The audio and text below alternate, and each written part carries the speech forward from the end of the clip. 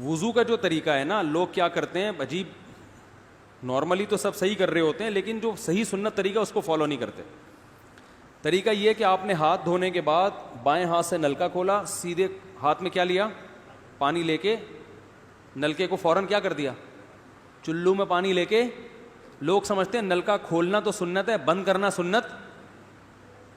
ارے بولو نا یار, نہیں ہے. تو کلی تو سیدھے ہاتھ سے کرنی ہے نا, تو الٹے ہاتھ سے آپ کیا کر دیں گے, نلکا بند. کیونکہ نبی صلی اللہ علیہ وسلم جب لوٹے سے پانی نکالتے تھے تو چلو میں پانی لے کے لوٹے کو سیدھا کر دیتے تھے. یہ نہیں کرتے تھے کہ لوٹے سے لوٹا اسی کیفیت میں اور پانی بہتا چلا جا رہا ہے. تو آپ نے نلکے کو لیفٹ ہاتھ سے کھولا اور چلو میں پانی لیا اور فوراً نلکے کو کیا کر دیا, بہت زور سے بھی بند نہ کریں, اس کا واشر خراب ہو جاتا ہے, بس آرام سے بند کر دیا.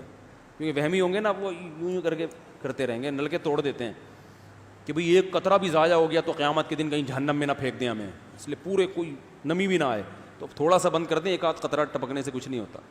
یہ لیا آپ نے, منہ میں کلی کی, مسواک کی, مسواک نہیں ہے تو انگلی سے دانت صاف کیے, غرارہ بھی کیا اگر روزہ نہیں ہے, ٹھیک ہے. پھر نلکا کھولا, پھر بند کیا, پھر کلی, اس طرح. پھر نلکا کھول کے دائیں ہاتھ میں پانی لیا, ناک میں نرم حصے تک پانی پہنچا کے اچھی طرح ناک کو صاف. اور نلکا پہلے وہ ویسے ہی بند ہو چکا ہے, اب ناک کو اچھی طرح صاف کریں سامنے والے کا خیال کر کے. آئی بات سمجھ؟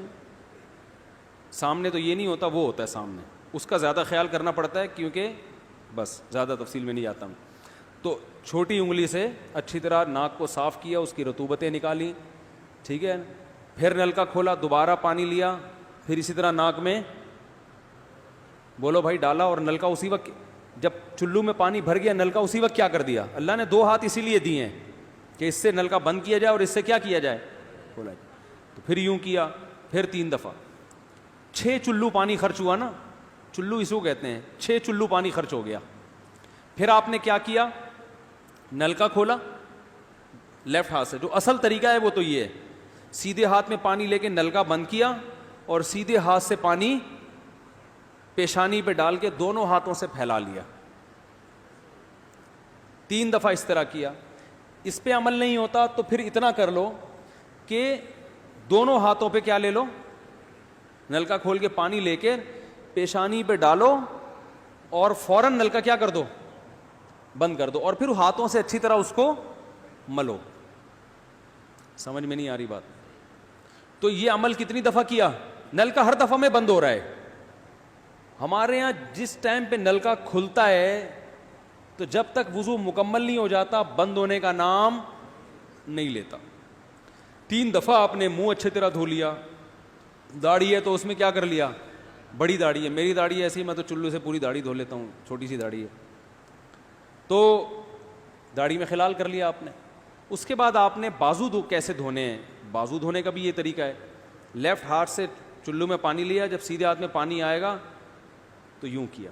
قرآن میں کیا ہے کہ قمتم للصلاۃ فاغسلوا وجوہکم وایدیکم الی المرافق, اپنے ہاتھوں کو کوہنیوں تک دھو. پتہ ہے دھونے کا عمل ہاتھ سے شروع ہوگا, ختم کہاں ہوگا, پانی یوں نہیں بہانا, اس طرح بہانا ہے پانی, یہاں سے یوں جائے. اور اس میں فائدہ یہ ہوتا ہے کہ بالوں کا جو رخ ہے نا نیچے کی طرف ہوتا ہے, جب پانی اپوزٹ سائڈ میں جاتا ہے تو اسکن اچھی طرح گیلی ہو جاتی ہے. سمجھ رہے ہو؟ تو آپ نے یوں لیا اور ہاتھ سے اچھی طرح ملا اس کو. ملنے پہ زیادہ زور لگانا ہے, ہم پانی پہ زیادہ زور لگا رہے ہوتے ہیں. پھر یہ بھی ہو سکتا ہے کہ دونوں ہاتھوں سے لو, دونوں ہاتھوں سے نلکا کھول کے دونوں ہاتھوں سے پانی لے کے, کیونکہ اس میں زیادہ پانی آ جاتا ہے, تو پانی لے کے آپ نے لیفٹ ہاتھ کو بھی یوں کیا نا, تاکہ یہ پانی بھی ادھر ٹرانسفر ہو اور یوں چلا جائے. اس طرح سے آپ نے دوسری دفعہ دھو لیا اور نلکا کیا کر دیا, بند. پھر تیسری دفعہ بھی ایسا ہی کیا.